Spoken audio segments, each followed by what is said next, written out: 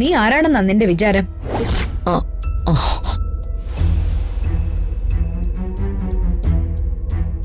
നീ ചിന്നുവിനോട് LLBക്ക് പഠിക്കാൻ പോകരുതെന്ന് പറഞ്ഞോ? ആം, അത് അവൾ അടുക്കളയിൽ പണിയെടുക്കുന്ന പെണ്ണല്ലേ. അവളെന്തിനാ ഇനി LLBക്കൊക്കെ പഠിക്കാൻ പോകുന്നത്? നിന്റെ ഭാവം മാറി, ഭാഷ മാറി, വേഷം മാറി, കാലവും മാറി. പക്ഷേ നീ മാത്രം മാറിയില്ല. അതെന്താ രമാദേവി അങ്ങനെ? രമാദേവി മാഡം, ബിസിനസ് മേഖലയിലെ പെൺഗർജനം.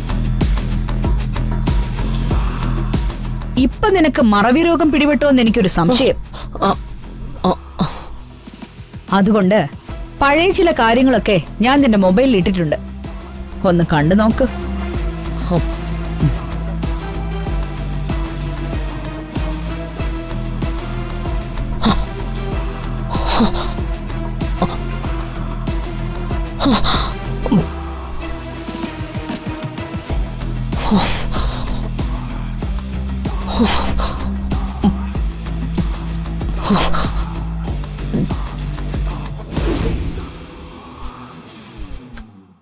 നീ ചെയ്യുന്നതിനൊക്കെ നിനക്ക് കിട്ടണ്ടേ?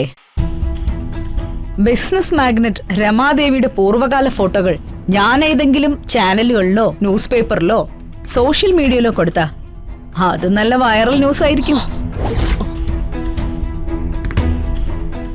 ജനം അറിയട്ടെ നിന്റെ പൂർവ്വചരിത്രം.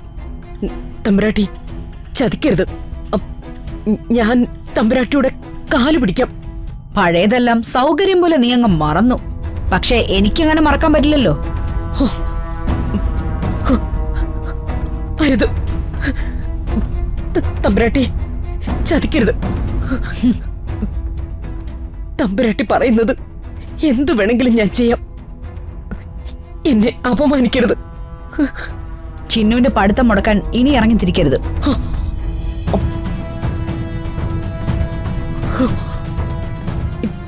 അവൾ ഇവിടെ തന്നെ കാണും.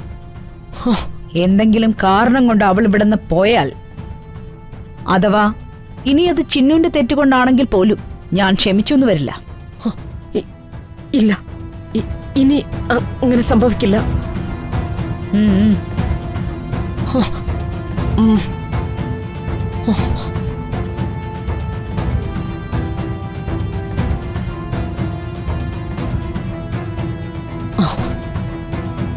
അല്ല, ആ ഫോട്ടോസ്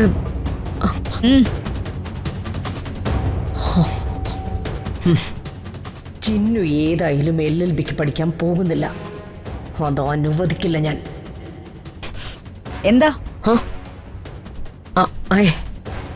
ഒന്നുമില്ല.